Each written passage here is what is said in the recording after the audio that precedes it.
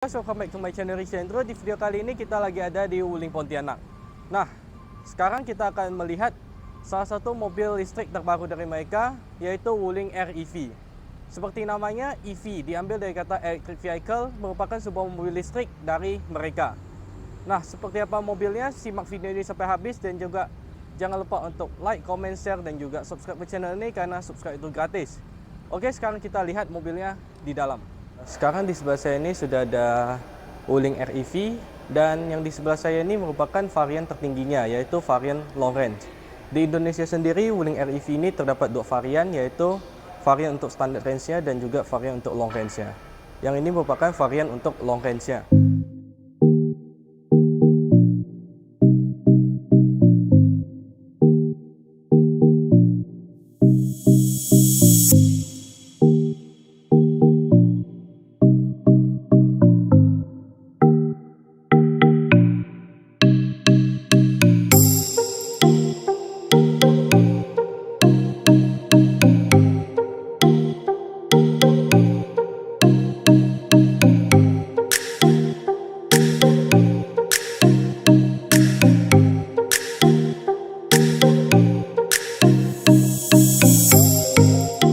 Nah, kita lihat dulu dari bagian depannya.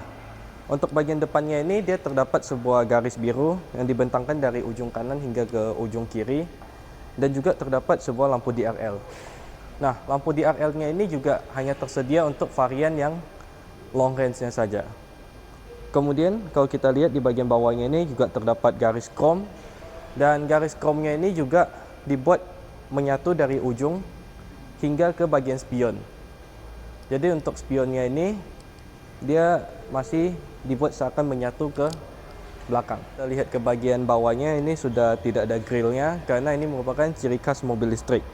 Namun kalau kita lihat di bagian bawahnya ini ada sedikit lubang untuk ventilasinya, dan untuk bagian atasnya ini dia polos seperti ini dan ada tempat untuk mengecasnya.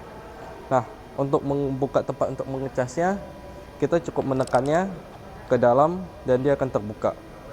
Kemudian juga untuk port yang digunakan merupakan port GBT yang agak kecil sedikit ukurannya dibandingkan port CCS seperti pada SPKLU di luar. Nah, tetapi dalam paket pembeliannya ini kita akan diberikan sebuah adaptor atau converter agar kita dapat tetap mengecas menggunakan port CCS itu. Nah, kalau kita lihat untuk bagian lampunya, untuk lampunya ini dia sudah full LED dari lampu dekat maupun lampu jauh, dan juga lampu sennya ini sudah menggunakan lampu LED. Untuk kaca depannya ini juga bisa dikatakan cukup besar untuk ukuran mobil yang ringkas seperti ini, dengan kap mesin depan yang juga sangat kecil. Lanjut kita melihat ke bagian samping mobil ini.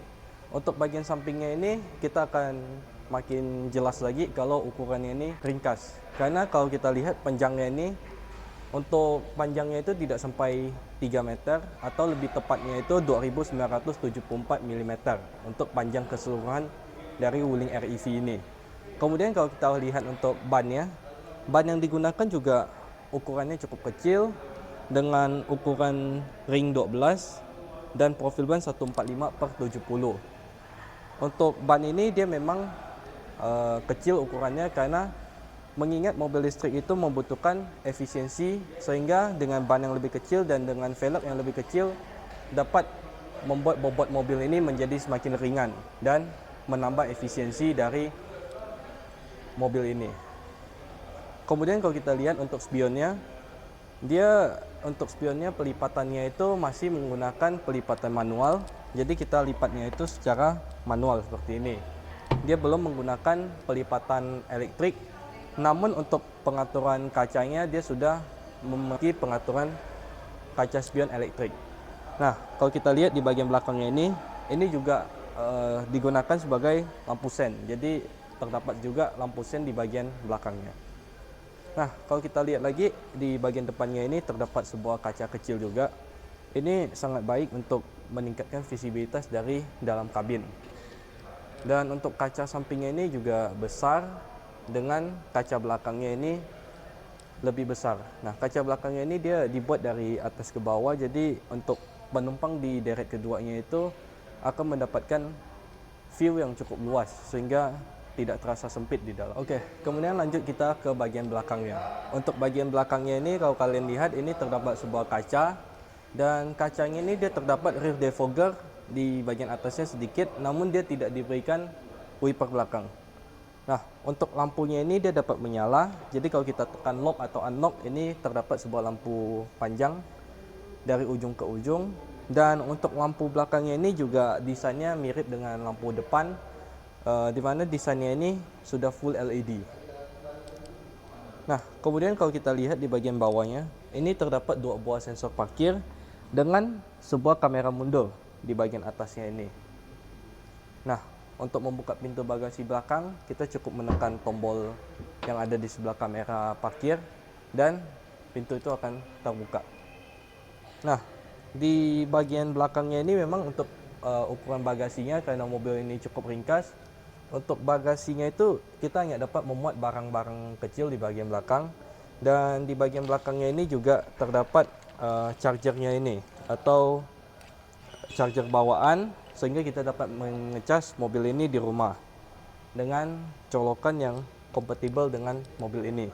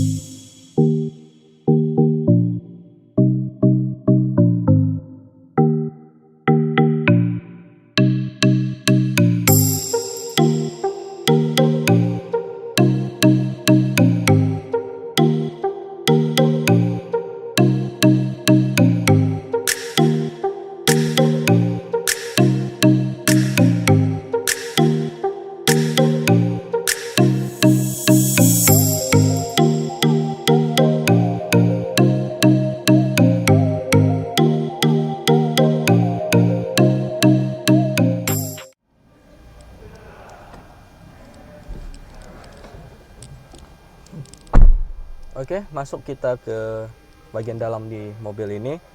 Untuk setirnya ini sendiri kita akan langsung disambut oleh setir kulit dengan tombol-tombol di bagian kiri dan juga kanan. Nah, tombol kiri ini kita gunakan untuk mengatur MID-nya, serta di bagian kanan ini dapat kita gunakan untuk urusan multimedia. Setirnya ini dia menggunakan desain dual spoke seperti ini dengan tampilan display depan ini 10,25 inch yang dibentangkan secara horizontal dan menyatu antara instrumen cluster dan juga head unitnya. Untuk head unitnya ini sendiri juga cukup responsif, dan untuk fiturnya dia juga sangat banyak.